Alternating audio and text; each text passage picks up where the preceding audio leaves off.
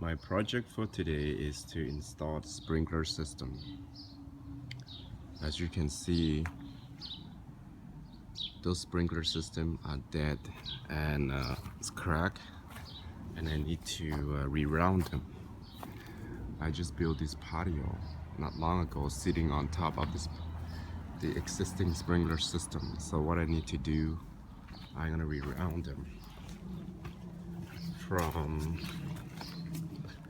here. This is one of the valves that I use when I build my storage place. They cut off the water pipe, so I need this water source to round it through here. I can connect it to that area, and then I can install one sprinkler system head here, right here, and I'm gonna use this one to water the hill right here.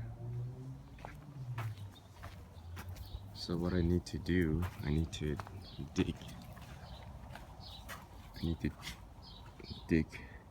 a line here probably about 6 to 8 inches deep.